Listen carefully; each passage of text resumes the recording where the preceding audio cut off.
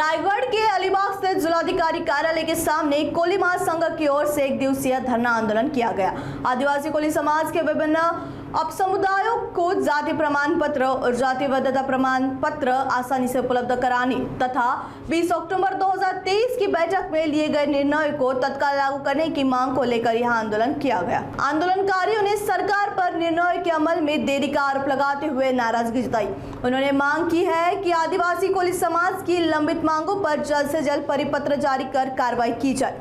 कोली महासंघ के पदाधिकारियों ने चेतावनी दी कि यदि मानसून सत्र में समाज की समस्याओं का समाधान नहीं हुआ तो राज्यव्यापी उग्र आंदोलन छेड़ा जाएगा।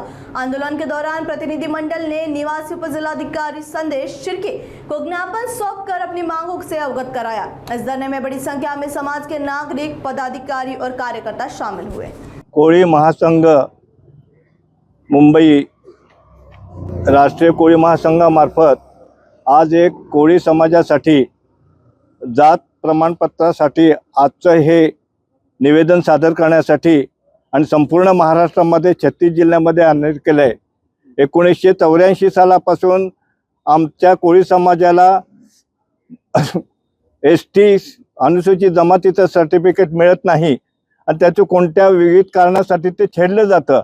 तर आज एकच मागणी आमची आहे की आमचा जो शासनाने 78 सिरियल नंबरवर आमचा विशेष प्रवर्गामध्ये जी जात टाकलेली आहे, जी कोळी लिहिलेली आहे, ते कोळी म्हणून आम्हाला अनुसूचित जमातीचं सर्टिफिकेट मिळावं। त्याच्यामध्ये सर्व ज्या उपजाती आहेत त्यात विलीन व्हाव्या आणि वैधता ही प्रमाणपत्र तेवढ्यासाठी मिळणं जरुरीचं आहे। आजचं आंदोलन अन्यायग्रस्त कोळी समाजाला न्याय मिळण्यासाठी कोळी महासंघाने 36 जिल्ह्यामध्ये छेडलेलं हे आजचे आंदोलन आहे। जातीचा दाखला सुलभ रीतीने मिळावा व जातीचं वैधता प्रमाणपत्रही सुलभ रीतीने मिळावं याच्यासाठी हे आंदोलन पूर्ण महाराष्ट्रभर छेडलं गेलेलं आहे।